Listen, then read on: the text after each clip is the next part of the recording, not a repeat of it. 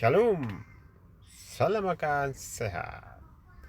Menang melawan tipu daya iblis. Mengapa judulnya menang melawan tipu daya, bukan menang melawan iblis?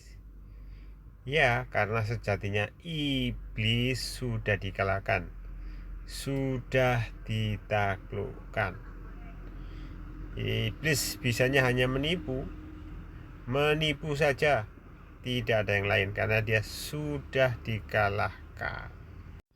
Iblis sudah dikalahkan oleh Yesus ketika Yesus disalibkan, ya. Ibrani 2 ayat 14-15. Karena itu anak-anak turut mengambil bagian dalam darah dan tubuh. Demikian juga Yesus maksudnya, turut serta dalam hal yang sama, supaya oleh kematiannya ia dapat memusnahkan dia, yaitu iblis. Ya, jadi ia besar di sini Yesus memusnahkan dia, yaitu iblis yang memegang kuasa atas maut, dan supaya membebaskan mereka yang oleh karena takut akan maut seluruh hidupnya berada dalam perhambaan. Nah, ada lagi saudara yang menyatakan bahwa iblis sudah dikalahkan, ya. Kolose 2 ayat 15. Ia telah melucuti segala penguasa dan penguasa dan mempermalukan mereka di depan umum, dan dengan demikian ia menang atas mereka di dalam Kristus, saudara. Satu lagi saudara, ya. 1 Korintus 15 ayat 57. Tetapi syukur kepada Allah yang telah memberikan kepada kita kemenangan oleh Yesus Kristus Tuhan kita. Nah, ya, satu lagi ya. Nih, Efesus 1 ayat 19 sampai 21. Dan betapa hebatnya kuasanya Yesus Kristus, ya, yang bekerja di dalam kita yang percaya, ya. Jadi kita yang percaya, yang nggak percaya enggak. Sesuai dengan kekuatan kuasanya yang dikerjakannya dalam Kristus ketika ia membangkitkan dia dari antara orang mati dan menjadikan dia duduk di sebelah kanannya di tempat surga, jauh di atas segala pemerintah dan kuasa dan penguasa, dan nama yang dinamakan bukan hanya di dunia tetapi juga di dunia yang akan datang, ya. Dunia yang akan datang itu akhirat lah, gitu maksudnya, ya. Nah, ayat-ayat ini menunjukkan bahwa Yesus telah menang atas iblis dan semua kuasanya melalui apa? Melalui kematian dan kebangkitannya. Dan bahwa kita sebagai orang percaya juga memiliki kemenangan melalui Kristus, saudara. Ya, jadi iblis sudah dikalahkan. Namun sebelum Yesus disalibkan dan dibangkitkan, memang sudah ada nubuatan, saudara, bahwa Yesus akan mengalahkan iblis, saudara, ya.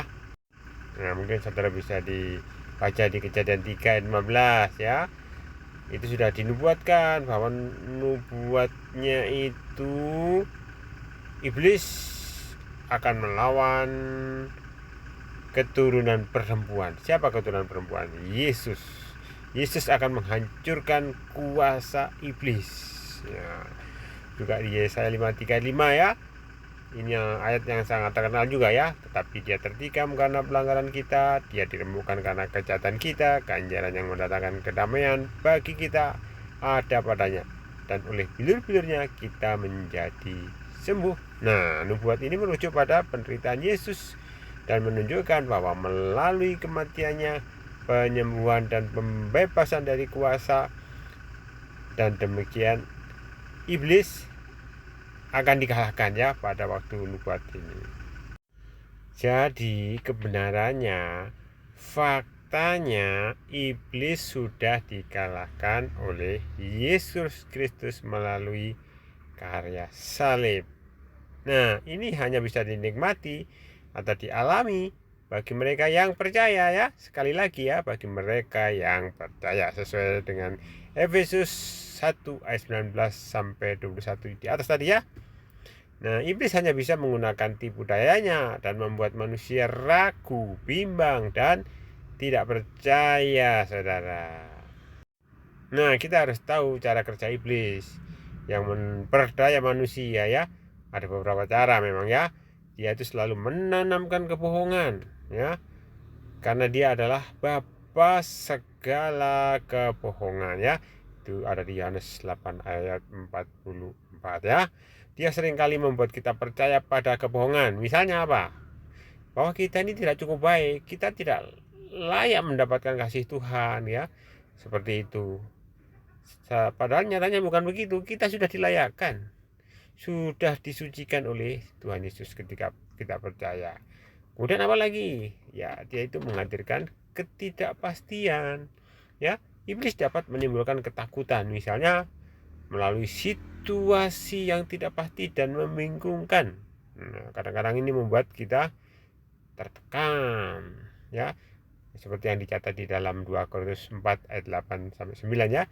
Dalam segala hal kami ditimpa kesukaran, tetapi kami tidak terdesak. Nah, ini ketidakpastian ini kadang-kadang menciptakan rasa takut akan masa depan.